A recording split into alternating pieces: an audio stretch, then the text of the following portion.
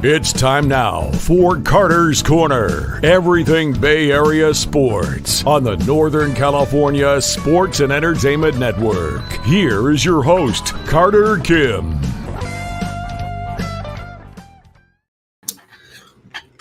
Welcome back to the show. Ladies, gents, people of the internet, welcome back to Carter's Corner. I am Carter here on Northern California Sports and Entertainment. Sorry, I have something in my mouth, but we're here, man. We're here to talk about baseball today. And today at 5:08 will be the Dodgers versus the Mets in the NLCS between Walker Buehler, Luis Severino. The lineups got announced around an hour ago. This is going to be fun. It's going to be a fun matchup. I'm going to enjoy it. Might have a little bit of class tonight, but I'm going to enjoy every second of this, try and have some fun with baseball tonight because it's going to be great, man. Really is. I mean, I say this every single time I'm on this show. Considering what's going to happen next, October is going to be incredible. There's going to be so much great stuff happening this October. We're going to have baseball and having a World Series. We're going to have the NHL coming back. The NBA is going to be back. But yeah. So, Carter, big game tonight? Yeah. There you go, Johnny. Big game tonight. But then the NBA is going to come back. The NFL is going to continue. I mean, this month is when sports are all overlapping in this perfect way. And so I'm going to say just right now, enjoy all of it. But yeah. Incredible. But yeah, tonight, the lineups got announced around an hour ago. Here we go. For the Los Angeles Dodgers, we will have Ohtani, Betts, Freeman, Muncy, Hernandez, Lux, Smith, Edman, and Enrique Hernandez at the bottom of the lineup. For the Mets, we'll have Lindor, Vientos, Nimmo, Alonso, Marte, Martinez, Iglesias, Taylor, and Alvarez. Those will be the lineups. And the pitching matchup will be Luis Severino for the Mets, who I talked about a lot yesterday, and Walker Buehler for the Dodgers. Yeah, this is going to be fun. Like, I'm betting on offensive showcase for a lot of it, but I found some interesting stats today, actually, that I think I really want to show y'all in particular. This is on the ESPN website, so if you all want to check it out. So versus Luis Severino for his career, and here's the thing I want to mention first. What I would say is the most important to evaluate how good a player does against a pitcher, they need to have at least 10 at-bats versus that pitcher. So, against Luis Severino, Mookie Betts is 11th for 34 with a home run, 4 RBIs, and 7 Ks. But he's hitting .324. So all of these other ones are pretty fungible because they haven't been over 10 at-bats. Hernandez is 2 for 11 with 1 home run, 3 RBIs, and 6 strikeouts. I mean, other than that, Sevy's got some pretty good control of the line, especially over Freddie Freeman. Ohtani is a little iffy, obviously, because Ohtani does good against everybody, especially a righty. But I think I would be inclined to trust Sevy for the most part tonight. But then, for the Mets lineup, one thing you got to know is Brandon Nimmo is 2 for 10 versus Walker Buehler with 0 home runs, 2 RBIs, and 1 K. Then, Pete Alonso is 5 for 14 versus Walker Buehler with 4 home runs, 8 RBIs, and 1 strikeout. It's hard to get him out, basically, for Mr. Buehler. And then Iglesias is 4 for 10, 0 home runs, 1 RBI, and 4 Ks. I mean, there's just a certain look to tonight's pitching that's going to be interesting because Buehler was absolutely awful his last time out. Severino was okay more than anything, but tonight I think it's going to be based a lot of the time on how well the offenses do, and it's going to be interesting to see how that goes. But yeah, it's a big game tonight for the guys in the orange and blue. It's going to be interesting. I mean, I haven't seen anything like this. So I spent a few hours in an LA chat, and the Dodgers fans are feeling really good about tonight's game. They think Buehler's going to come up big tonight. Yeah, I don't trust that. Listen, whenever Dodgers fans get this way, I feel like it's going to go the other way. I mean, I'm keeping it real about Walker Buehler. He's a good pitcher, but this year he's been really bad. Like, he's been injured constantly, and I think that's the reason why he has not played so well this year. Because he's been injured, he could be due, but if I'm being totally honest, like the last time out he was in the playoffs, he got absolutely destroyed. I can't remember who it was against, but it was against the Padres, obviously. Sorry, let me get that game log, actually. I'm going to get the game log now. He went 5 innings pitched, allowed 7 hits, 6 earned runs, a home run. He got a walk. And another thing I want to mention specifically, he didn't get a damn strikeout, which is what Walker Buehler is known for a lot of the time. But yeah, I'm just a firm believer that, I don't think Walker Buehler is going to do well tonight, especially with Francisco Lindor at the top of that lineup. And as I mentioned, there are 2 guys in this lineup that own him, and that would be Pete Alonso. And I mean, again, like, Dodgers fans can get all hyped about this, but this is also at Citi Field. And I don't care what anyone says, crowd noise and like home court advantage means something. And when you're at a place like Citi Field, you feel it. Like, players are going to feel it, and they're going to be like, whoa, like, this is going to be crazy. But just like a opportunity here. Big opportunity for the Mets, and they have to really capitalize. But I don't think Buehler, especially if Dodgers fans are talking trash, it's going to be interesting to see how that goes. But I don't think, after how bad Buehler was the last outing, but did you watch that game? Buehler had 1 bad inning. It was due to errors and bloop singles. Other innings were actually pretty darn good. I didn't watch the film of that game, but another thing I want to mention, he didn't have a single strikeout, which is something that Buehler is known for. I mean, hold on. Let me just get his stats. Like, I really want to emphasize something about Walker Buehler. Like, I mean, let's go back to 2021. He gets a lot of swing and miss and strikeout numbers. Like, that's what he's really good at. He had 200 strikeouts in his last really good season. And the fact that he didn't get a lot of swing and miss and strikeouts is very concerning. Because, he did have that 1 really bad inning, and that's totally fair. Walker is a free agent after this year. And I do not want to, again, like, I'm worried about us doing the signing injured starting pitchers thing, especially guys like Buehler, guys like Bieber. Just a little risky. But to get back to what Johnny was saying, like, I do think that Buehler is a good pitcher, but it is concerning how he isn't getting like the one thing he's really good at getting, which is strikeouts. And I feel like that's his bread and butter. If he can get people out like that, that's pretty important. I mean, this year has probably been the worst year of his career. He's a good pitcher, don't get me wrong. It's just this year in particular, he's just been so shaky when it comes to strikeout numbers. And I know that he used to pitch for K's, but his approach has changed after the surgery. He said to himself, okay, well, I mean, if he said so himself, that's totally fair. I mean, if he is like changing to more like pitch to contact, that's totally fair, but it is a little concerning, I think. I mean, if it was just 1 bad inning, he might do well, but this entire year has just not been his year. Like, I feel like things have just not gone his way. Obviously, that game versus the Padres was, like you said, maybe a little unlucky. Some things got bloop singles, some errors and other stuff like that. But we also have to like understand, like, in the postseason, you need to be able to handle adversity, even like bad stuff that happens to you. And if those moments can happen, then you might not be able to stay in for long. Again, I think Buehler, he's a good pitcher though, and he's experienced, so he actually might do well, but it's just risky. I think he could do well. It's just really about like, he's just got to have the right approach, especially to a lineup like the Mets. Especially, I'm looking back at Buehler's stats. This guy was actually pretty damn good. Like, I look back at like 2021, the guy was just, this dude was super good. Like 2021, this guy was just a monster of a player. Like, he was getting swing and miss. He was getting some good exit velocity where he didn't get it hit hard.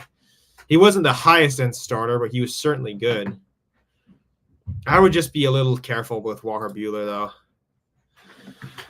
But yeah, I mean, if he's a free agent after this year, there's possibility, but I honestly don't see him coming here.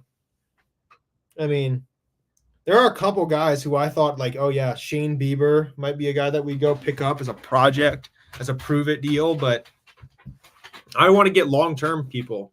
I want to get Snell back. I mean, guys like that. I really do want to emphasize like getting long-term starting pitchers back on this team. That's just one thing I'd be very inclined to like go hunting for specifically. Come on. My internet's not, oh God, hopefully my internet doesn't crash out.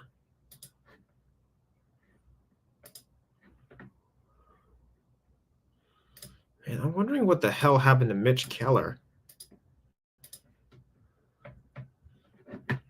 He has been very, very shaky this year. Actually, no, he's been pretty good, Mitch Keller.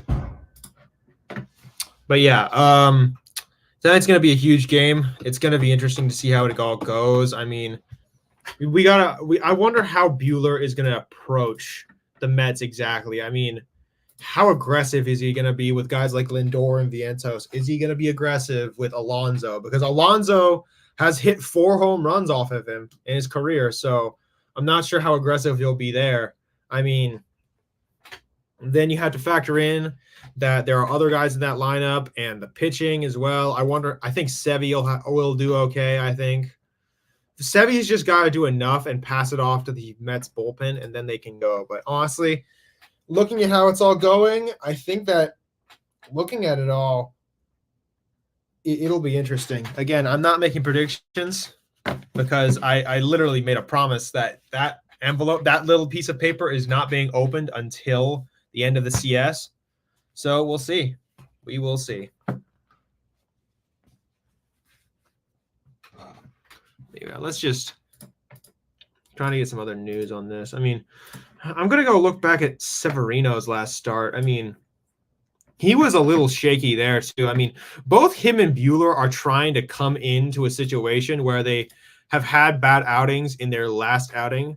Both are 30 years old, tall guys, 6'2". I mean, looking at their last outing, especially Severino's last outing versus the Phillies, I mean, he wasn't terrible. For most of the game, he kept it under his control. I mean, 7 Ks, but the problem is it's the 2 home runs allowed and the earned runs that just got away from him. I mean, Tyler McGill ended up losing that game, but still, it was like he needed to do better. I mean, both guys are just looking to bounce back after slightly shaky outings that they had previously. I mean, looking at all that, all things considered, I mean, both guys are trying to redeem themselves right now, Buehler and Severino. So I think they're going to try and pitch as well as they can. The problem is both teams are going up against both pitchers, are going up against like offenses that have been very good this postseason. I mean, yeah, just a slightly risky proposition, but I think a couple of them will do well. I think both of them will try and do well the best they can. I mean, they're both looking to redeem the mistakes they've made previously. So I think they might pitch well because of that, or one of 2 things is going to happen. Either they're going to take their last game and say, I got to do better and make sure that we can win. Or they're going to take their last game and say, just keep messing it up. I mean, it's certainly possible that Buehler could do better. I think Sevy could definitely do better. The problem with Buehler, in my opinion, is that he's just been very unlucky this year. I mean, he hasn't been healthy. He's just had a lot of bad starts. I mean, yeah. Here we go. I honestly feel a lot better about tomorrow's game than today. Quintana on the mound tomorrow, pitching lights out, and he's a lefty. Yeah. I mean, that's the thing. I mean, if I was Mendoza, I probably would have gone with Quintana this game, if I'm being honest. I mean, Quintana is just such a a dangerous starter when he's been, because as you said, he's been pitching absolutely great this postseason. He hasn't allowed a run so far to score. I mean, he's played well. I mean, this is probably Jose Quintana's best year in a very long time. Let me just check his most recent years. Looking at Jose Quintana's most recent years, I mean, other than 2022, which was a while ago, this is one of his best years. I mean, he's actually been a consistently quality starter. I mean, looking at 2022, he was great. 2023, he was okay. And I mean, this year he's just shown himself to be like a really quality starter around baseball that can just be picked up for a decent amount of money. I mean, he's solid. He's not spectacular necessarily, but he's certainly solid. And I mean, I just want to emphasize this in particular. Just take a look at like the location of these pitches right here. Let me just look at the location of these pitches. The sinker is a little inside, but look at the four-seamer right there. That four-seamer is so painted right there. The curveball's good, especially against left-handed hitters and even right-handed hitters. The changeup's good. It's out of the zone or dotted. I haven't seen him throw the slurve that much, but honestly, I think the guy is in great shape for this postseason. I am, like you said, Johnny, worried that Mendoza might have decided maybe shouldn't have used him. Maybe they should have used Quintana in this game instead of Severino, but I honestly trust how well Mendoza has done so far. He hasn't done anything crazy, like, I don't know, walking a man onto the base intentionally and then letting a grand slam come up. I mean, who would do that? But I'm looking at these teams and I'm thinking, well, I'm looking at particularly the pitching, and I think that the Mets have actually their starting rotation this postseason has been surprisingly good. I mean, I've said this before. They don't have a single staff ace on this roster. I mean, Kodai Senga was supposed to be the staff ace this year, but he's been injury prone. He's had some bad starts this postseason. Honestly, with Quintana, like, it's got to be a little – sorry, not Quintana, Senga. It's got to be better if they want to trust him for, like, you know, the Game 7 or, like, one of those big games in the World Series or this series, obviously. But I think that the pitching this series for the past couple series New York has been great. They've kept themselves under control, and I'm really impressed with how it's been going for them. Yeah, just looking at Quintana, he has been really good this year. He doesn't eat a lot of innings, but he's certainly one of those guys where you can definitely look at him and say, oh, yeah, that's a quality starter. Man, I'm looking at Blake Snell's numbers right now as well, man. He's been, despite having one of the worst first halves of this year, like, despite having a horrible first half, I mean, he really, really figured it out. Like,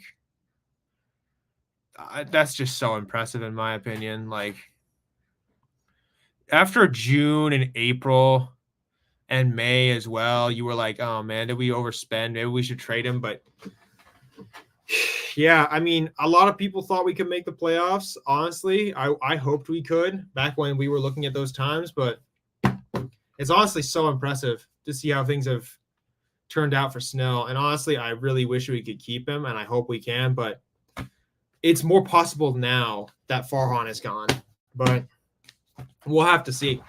We will have to see.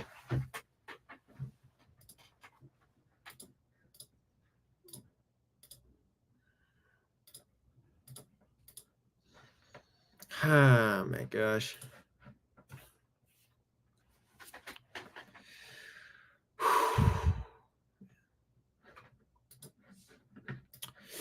Buehler is a lot better of a pitcher than what his current numbers show. I think tonight will be a tough game for the Mets if Severino can't get it through some innings.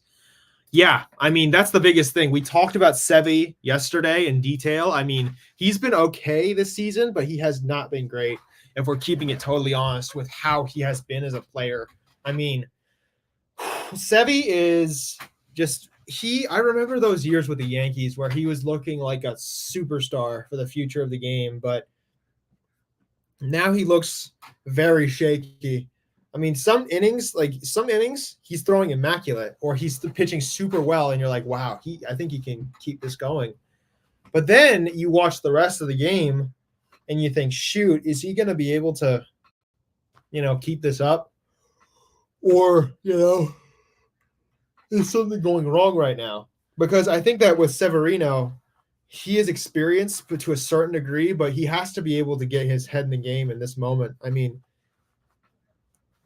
it's really just interesting because Buehler and him are both experienced postseason pitchers who have done well in some situations and really badly in others. I mean, Walker Buehler, he is a lot better of a pitcher than his numbers show, obviously. But I just think this year has just been massively unlucky for the guy. I mean, it's hard to explain numbers like that, though, because honestly, I'm going to go back and look at his game log. But yeah, it's just been very bizarrely bad. I'm just trying to look at, I'm trying to find his last quality start in particular, because let's find his last quality start.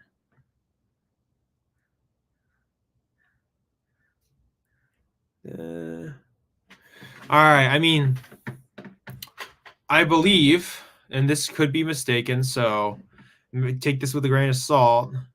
I believe his last quality start was, oh man, that's still really bad. I mean, he allowed 5 walks and only 5 strikeouts. I mean, his last truly quality start would have been something like, I don't know, 6 innings. I mean, yeah, he's been shaky. That's the thing. Again, like he is a better pitcher than his numbers do show. It's been a long time since he's had a good qualified start, and that was like back during I think it was May. But yeah, he has been a little shaky ever since, like, I mean, I haven't seen a game in a long time where he's gone more than 6 innings. I mean, there was one and he had 1 earned run, but he also had 5 walks and 5 strikeouts. I mean, that's just not great. I'm telling you, Dodger fans convinced they have this game tonight. Dodger fans have been convinced that they've had things before too. I mean, yeah. I hope they're wrong. I mean, I think everyone in baseball hopes they're wrong. I mean, let's keep it real. The Dodgers, they are what's wrong with baseball in a lot of ways. They are both like hordes of talent. They hoard talent and they like buy it all up, but they also don't do anything with the talent that they have. I mean, that's the worst type of person. It's somebody who hoards these things that other people might want, but doesn't actually do anything with them. That's the Dodgers. They take this talent, they protect it for themselves. They don't let anybody have it. But then when, the cards are down and they have this talent, they don't actually win, which is why I always give the Dodgers crap for like being such big free agency spenders, but not developing any good players. I mean, they are just a team that takes talent from other teams, buys talent or trades talent from other teams, and then doesn't do anything with that talent. They haven't won a World Series since 1988, and they have yet to say that they are a team worthy of the success or like the media like time that they're given. I mean, it's just not a team that I would give a lot of respect to because they're just like the city that they live in. Plastic, fake, and shallow. Dodgers players become stars, not baseball stars. I mean, yeah, that's basically it. A lot of these guys have become stars in Los Angeles. A lot of people know them when they walk down the street, but yeah, I just can't stand the Dodgers either, man. It's superficial, just like the city of LA. Yeah, I mean, I just don't like Los Angeles too. Like, I hate the Dodgers, obviously, but the city of Los Angeles is just such a crappy place. Like, it's just so fake and freaking like cosmetic. It's just cosmetic. That's really what it is. I mean, like, it's not a place where you're like, no one cares about winning down there. If I'm being honest, like they do care about winning, but they don't care about it for like the feeling of it or the glory of it. They just care about it because it's like this shiny thing to be won. You know, it's just this shiny little toy. I mean, and everybody likes that notion, but yeah, just been honestly, as I said this on the day that Farhan Zaidi got fired and Buster was going to become president of baseball operations. I want to knock the Dodgers off their freaking perch.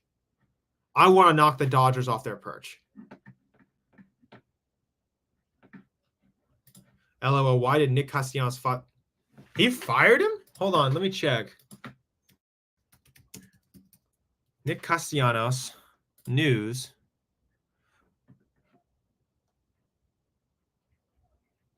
Dude. He really fired Scott Boras? Really? Man, they are like, yeah, dude. A lot of people are letting Boras go, like surprisingly. Scott Boras, yeah. I mean, he's representing himself. Oh man, that's gonna be careful about doing that. But yeah, it's like the thing is about I understand why a lot of people, executives in the MLB and a lot of fans of the MLB would hate Scott Boras, but I don't get why players would leave him. I mean, I get sometimes he does things that are a little confusing for players, and they're like, "Oh yeah, like you're holding me out until I can get a better contract." But he is the greatest bag getter in all of sports. I mean that. Like, of all agents I've seen in sports history, he is so good at getting the money. He's Jerry Maguire. I seriously mean that. That guy just like, he makes so much damn money for his clients. It's not even funny. I'm just so surprised that Castellanos or any guy in general would cut him. But I'm not, again, I don't know the dude either. Sometimes it might just be personal disputes, but that is a little strange. That is very strange. Let me just close my window really quick. My bad. Close my window.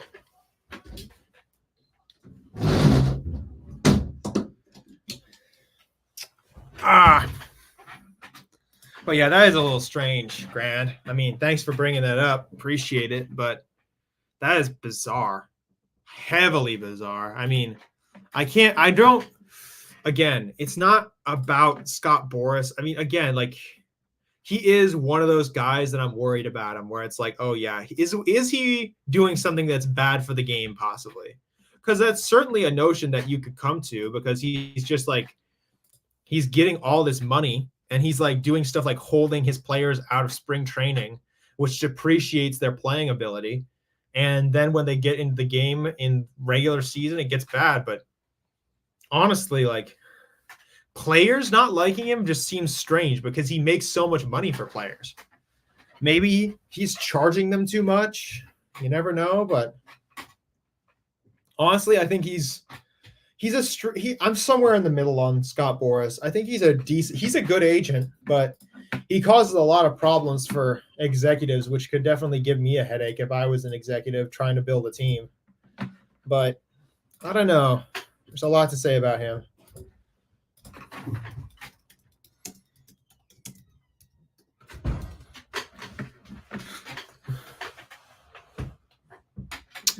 Oh yeah, Johnny Damon was. Oh my gosh.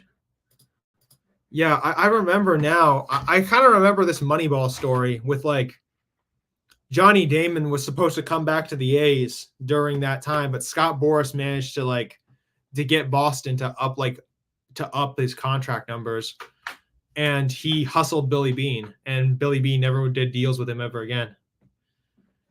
Imagine if Soto fires him too. I mean, that would be pretty funny. That would be funny. I still think we need to pay him like Boras level money, but it would be funny, because it might just be showing like a mass exodus. Maybe players just don't trust Scott Boras' way of doing things anymore. I want Bader or someone random to win it for the Mets. I mean, that could be funny. I mean, honestly, I'm here for it. Like, I do want to see, because we've seen Francisco Lindor, Mark Vientos, Peter Alonso, guys like that step up for the Mets. I have a feeling that there's going to be like one of the random role players that has like this crazy big moment for the Mets and everything ends up working out. I mean, it could be awesome. And honestly, I'm here for it. Again, like this is what the postseason is all about: the drama, the spectacle, the opportunities for teams. I mean, it's the chaos that just thrives in the postseason. And I am here for it, and I'm going to stay with it. I mean, it's going to be awesome, man.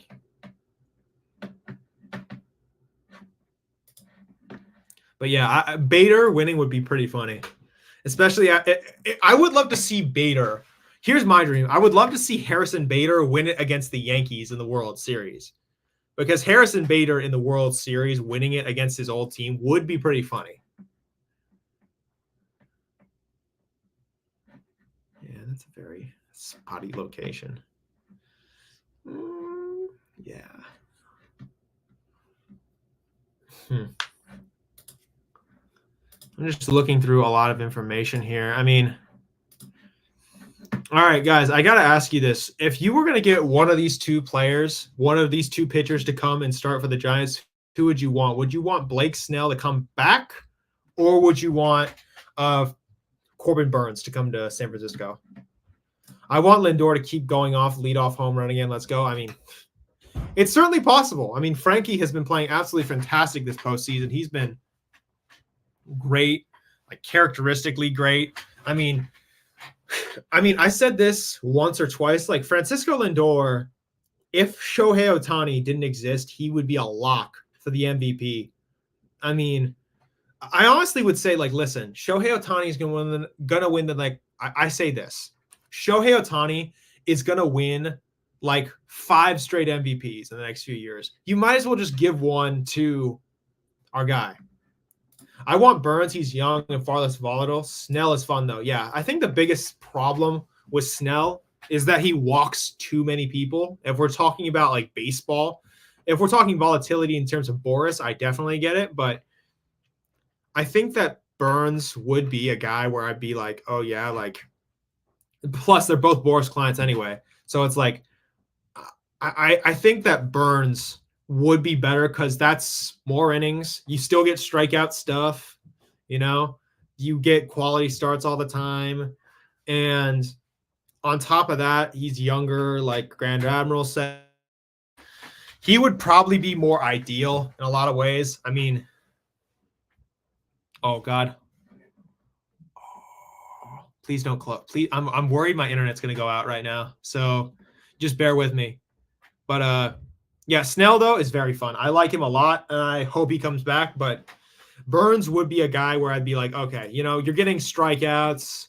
You're getting the ball down and preventing people from hitting it hard. I mean, he's a great player. I would be a guy who would be inclined to say get Snell back because he strikes out more people. But Burnes, it's Corbin Burnes. I mean, who wouldn't want Corbin Burnes?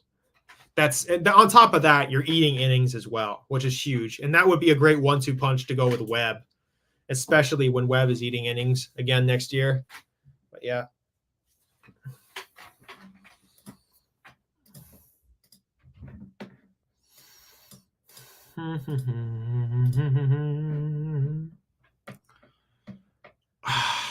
Man.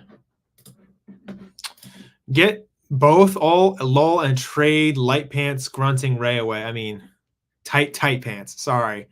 I mean, yeah, I think that if we traded away Robbie Ray, I think that would be solid. I mean, I think Robbie is, in my opinion, a backup plan. I would rather I think Robbie will do better next year because he'll have spring training. He'll have time to do better. But if I'm keeping it real, I would rather have Snell and Burnes. But it's like Johnny T says, when Snell's locked in, he's unhittable. I mean, when him and Patrick Bailey were in sync parts of this season, I've never seen like a guy be more locked in. He was throwing like shutouts into the freaking 7th, 8th inning. He was throwing like some great games. I mean, he's just one of those guys where I'm like, oh, wow, this is like on his form, he's the best southpaw in baseball.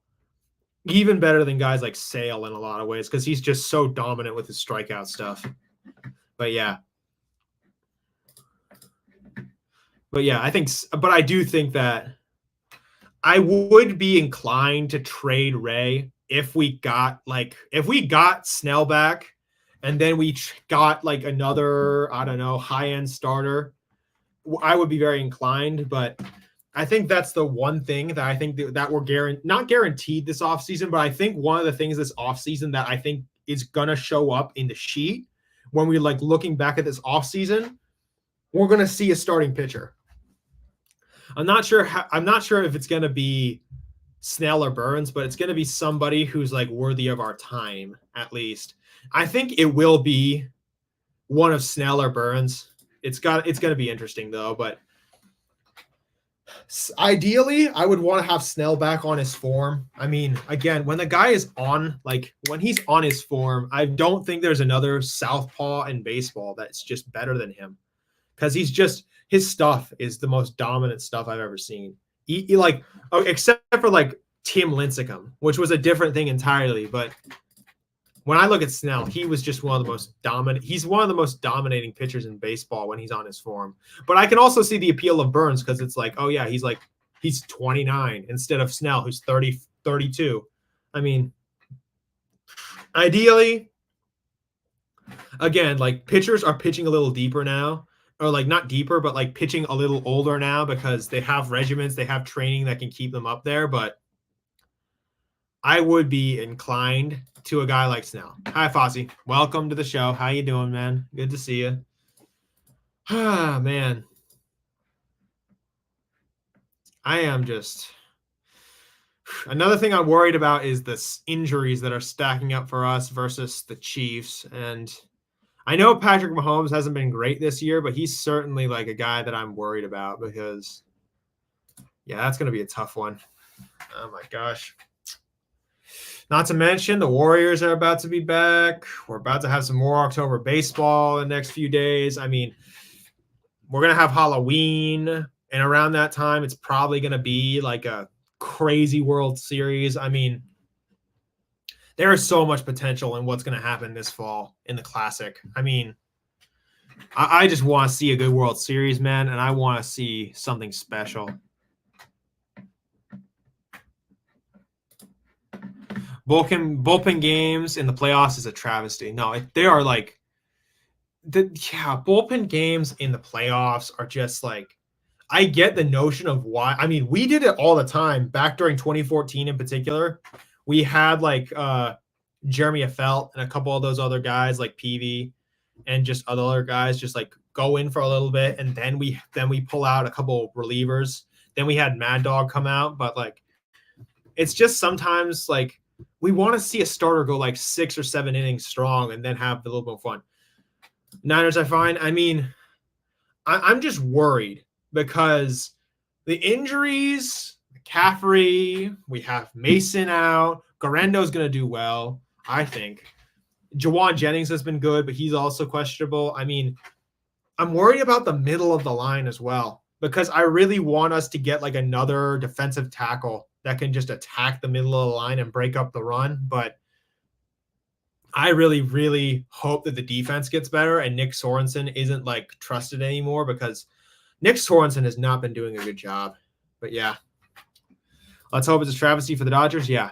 I mean, Game 6 will be another bullpen game for Los Angeles. I mean, let me just get that game, actually. I'm going to get that game right now because I want to – I don't think they're going to have their starter posted yet, but like – so Game 5. Game 6. Yeah, it'll probably be a bullpen game if they're back in California, but yeah. Mets bullpen looked like it's starting to wear them out. I mean, I'm worried about the Mets because I really hope the back end of that bullpen holds up because Edwin Diaz can be – I really hope that bullpen isn't dancing through the raindrops because if it is, it's going to be in trouble. NFL Markets QB is as the matchup. MLB needs aces to square up more, especially in the playoffs. Bullpen games in the playoff is ridiculous. Yeah, I mean, the problem, obviously, with more aces matching up in the playoffs is the health.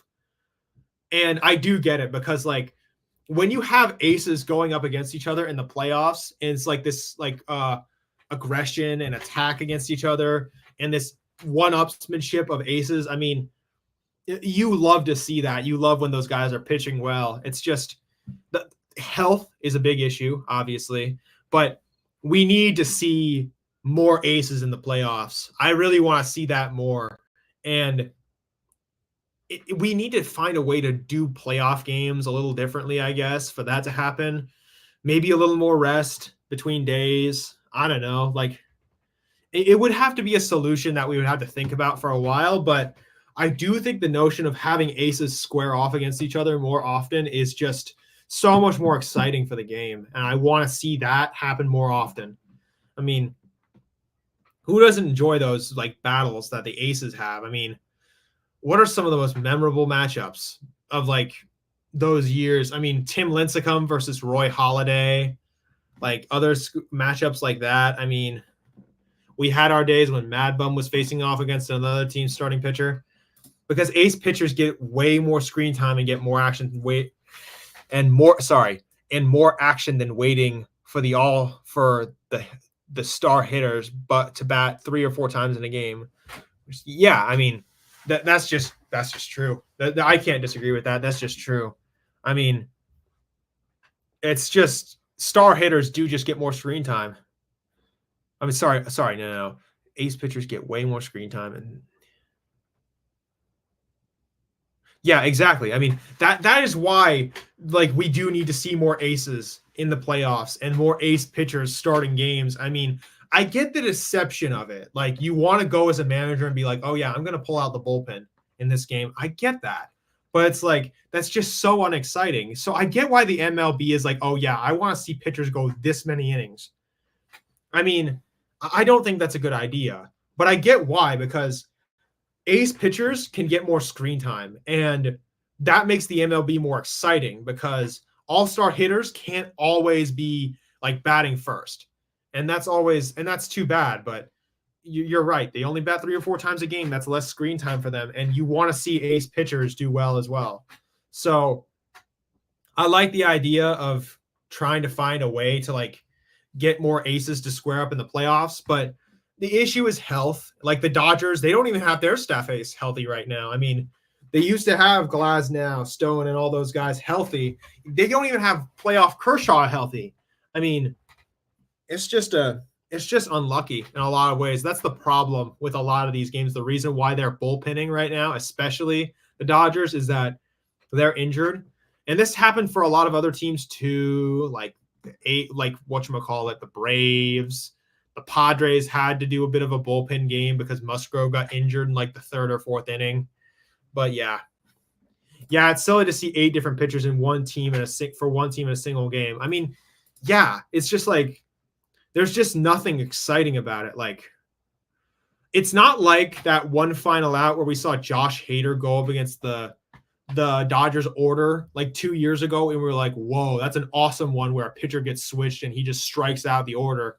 But it was like, you just want to see a moment where like, who's on the mound tonight? Who's on the mound tonight? We are looking at Luis Severino and Walker Buehler. Severino for the Mets and Buehler for Satan's team. But yeah, I think the Dodgers finally realized it's smart not to pitch playoff Kershaw. Yeah, I mean, I honestly, I think I really mean this when I say it. I think Dave Roberts would have probably pitched him even if he knew it wasn't a good idea. I mean, I feel like Dave Roberts is that stupid to a point where he'd be like, oh yeah, I should pitch the guy in the playoffs who's like known notoriously for messing up playoff games. I mean, I'll say it again. Like, Dave Roberts is a terrible manager, but I do enjoy it because he keeps the Dodgers down. But it is not smart to pitch Kershaw in the playoffs. Like, I say this again and again about Kershaw. He's a fantastic regular season pitcher. He's one of the best regular season pitchers of all time. He's great. But like, I have like This is on my like baseball opinions too. Hold on, let me just bring it to you guys really quick. Okay, here we go. This is right here. Yeah, and the Mets do have a chance, Fozzie. I think they can do well, but we'll have to see, obviously. I think we have to see how Severino starts, because if he can get off to a good start, he might be in good shape. But these are Kershaw's notorious October legacy moments right here. So 2008 NLCS versus the Phillies, a 4.50 ERA. 2009 NLCS versus the Phillies, 9.45 ERA. 2013 NLCS versus the Cardinals, he has a 6.30 ERA. 2014 versus the Cardinals, he has a 7.82 ERA. 2016 versus the Cubs, he has a 3.0 ERA, but the problem is he gave the Cubs a walk-off home run that gave him a chance to even the series. 2018 World Series versus Boston, he has a 7.36 ERA. 2019 NLDS versus the Nationals, a 7.11 ERA. In 2022 versus the Padres in the NLDS, he has a 5.40 ERA.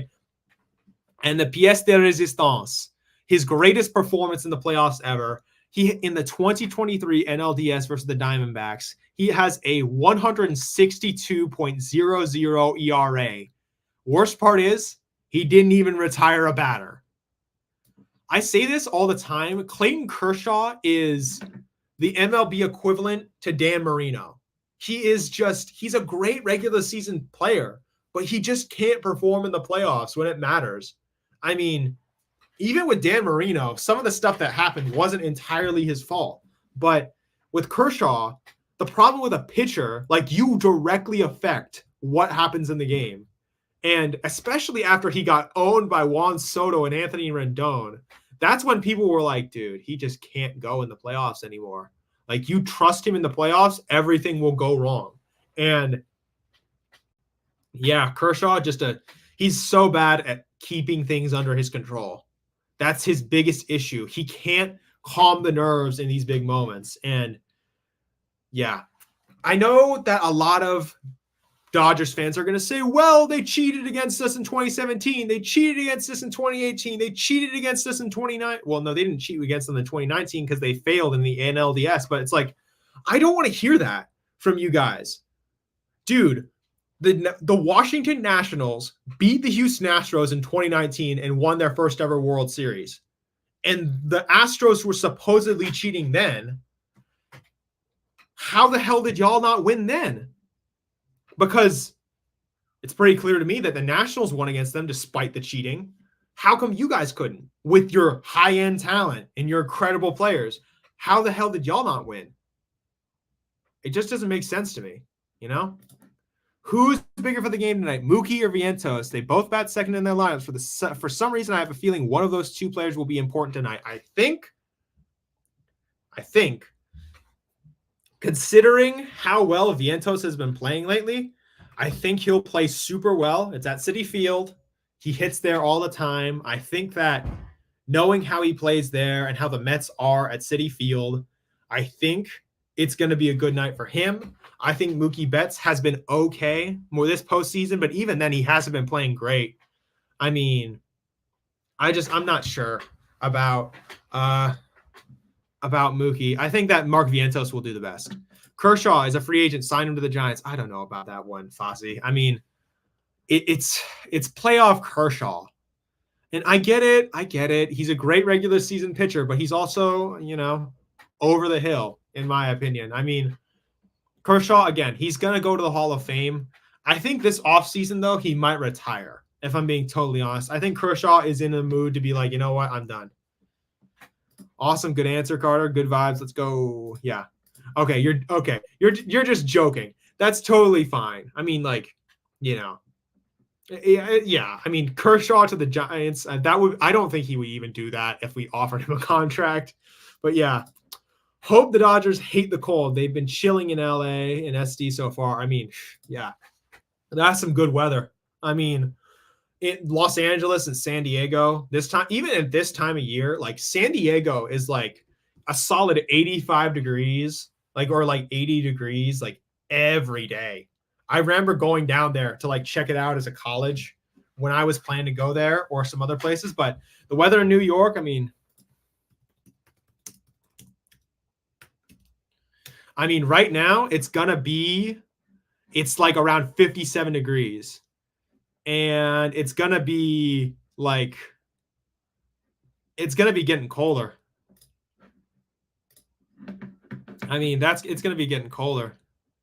Let me just check like my weather app because I'm not sure if this is the correct reading. Let me just check Queens. Just got to get it right here.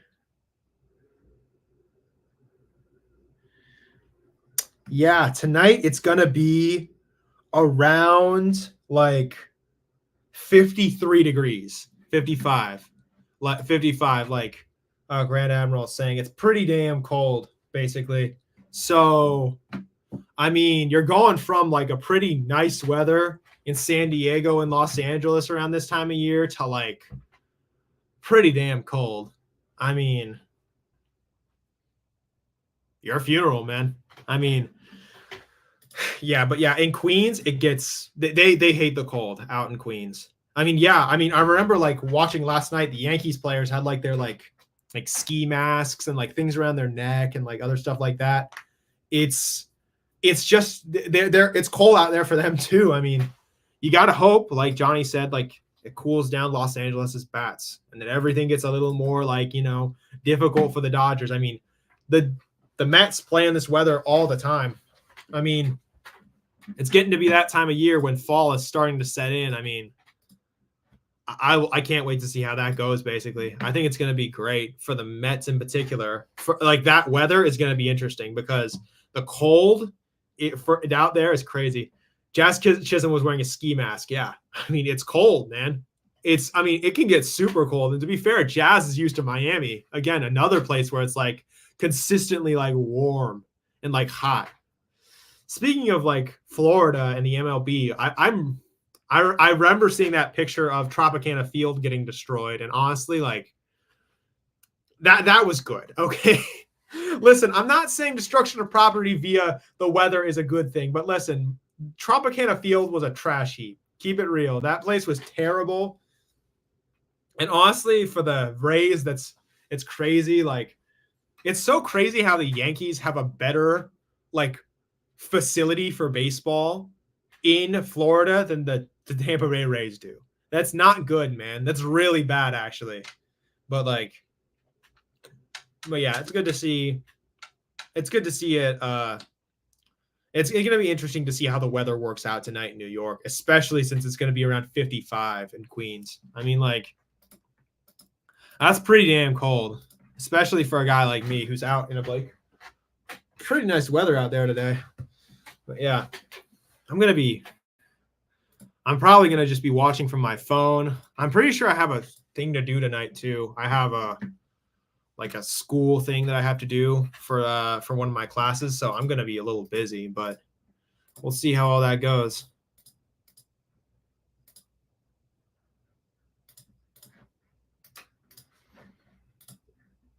Yeah, it's going to be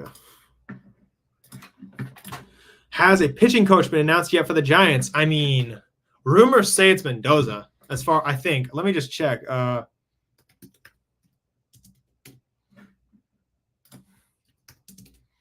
me just check the news. This is the rumor. Again, I'm pretty sure it's still it's still in the works, but it's supposedly that dude Mendoza.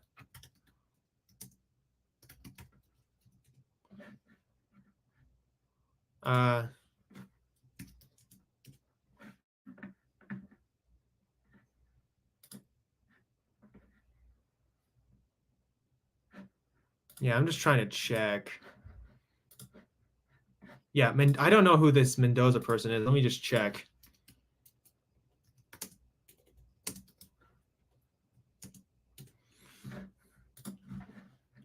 Yeah. Not Mendoza. Martinez. My bad. Sorry.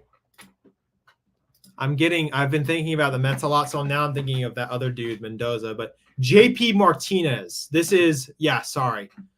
Martinez. My bad. Thank you, guys. But yeah, JP Martinez. This is according to Slusser, though. And this is apparently this is apparently the case. I don't know if this is this is being posted on NBC Sports, so I'm assuming it's true. I mean, he was an advisor to the Padres coaching staff. He was coaching the Phillies in 2019. Oh, wait, no, this is Price. Sorry. Yeah, I don't know much about JP Mendoza.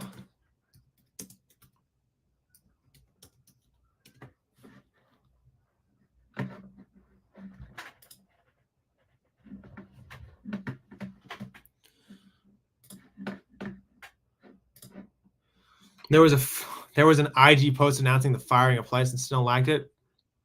It's very uncharacteristic. I thought that Snell and Price were in a good relationship, apparently. The Dodgers have only beaten one cold weather team in the playoff series in the past decade, in the 2017 Cubs. And we all know how the 2017 playoffs ended, with the famous team of integrity, the Houston Astros, beating the Dodgers. Other than that, the Dodgers have always faced warm weather or indoor stadiums in the playoffs. I mean, that'll tell you something. I want new hitting coaches, if I'm being honest. I mean, I think after a mediocre offensive season, I think that most people would be inclined to say that, we want new hitting coaches, because it's like, well, you've had a very bad offensive season. Like, and then this is the optics of people looking from outside our perspective. Like, you've had a horrible offensive season. The players are actually okay. There are some good hitters on this team, but you should be better than you are right now.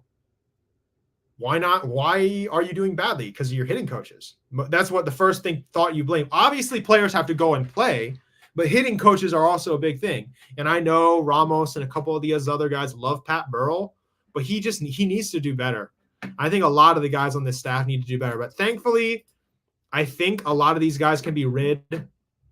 Now that they're rid of Farhan Zaidi, I think things can be a little better. But it'll be interesting to see how it all goes. I mean, since Farhan Zaidi's gone, we're no longer under his insane reign of terror. So now we can finally say, you know what? Let's go and get some better coaches, or maybe the coaches will actually be better because they're now no longer under the microscope of how Farhan does business.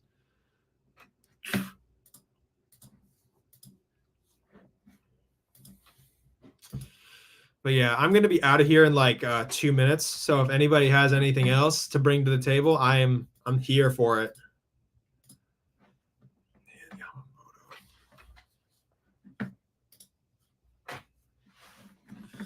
What happened to Ryan Presley, man? I really want to know that. Because Ryan Presley used to be super good, and he just suddenly turned into a pumpkin. I don't know what the heck happened to him.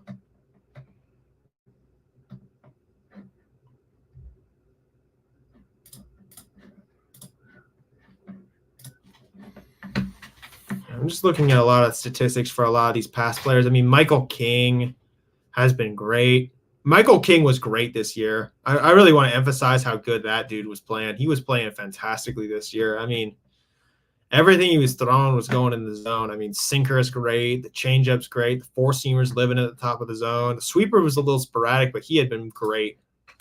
I mean, there are a lot of great players that didn't make the postseason and didn't do great. I mean, we're going to have to see how this October goes, but honestly, I've loved how everything have gone so far, the drama, the narratives, how everything's been. And this is as a neutral fan, so that's great. I mean, it's been incredible to watch all this unfold before our very eyes, y'all.